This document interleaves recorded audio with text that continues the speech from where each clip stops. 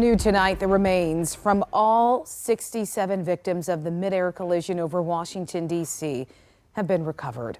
Almost 1 week ago, an American Airlines regional plane and an Army Black Hawk helicopter crashed into the Potomac River. Officials say it'll take several more days to remove all of the wreckage.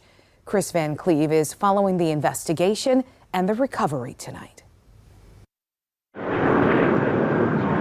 It was a haunting sight Monday as pieces of the American Airlines regional jet were pulled out of the Potomac River just 5 days after the deadliest U.S. air crash in more than 2 decades. Among them, the battered midsection of the plane's fuselage, one of the engines, and a wing. Over the next 24 hours, our goal is really to complete our commitment to finishing the civilian plane recovery. D.C. Fire says additional remains were recovered in Monday's salvage mission and are in the process of being identified. We have positively identified 55 sets of remains. Newly released drone video from the National Transportation Safety Board shows a first look at the scene hours after the crash, the Black Hawk helicopter appearing mostly intact.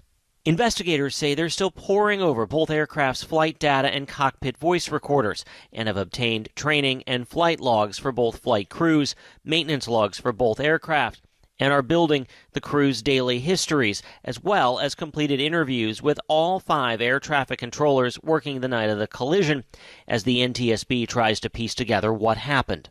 There are questions about should the military helicopters be sharing the airspace with commercial traffic. The answer to that is yes. It happens all the time. So this is not a zero-sum game. We are in this national capital region. What we should look at is say, have we missed anything in terms of how this is designed, how the routes of are designed, and is there anything that we would, should, or could do differently to prevent this from happening again? At skating rinks across the country, a moment of silence was held Monday remembering the 67 lives lost, including those in the ice skating community, as investigators push for answers.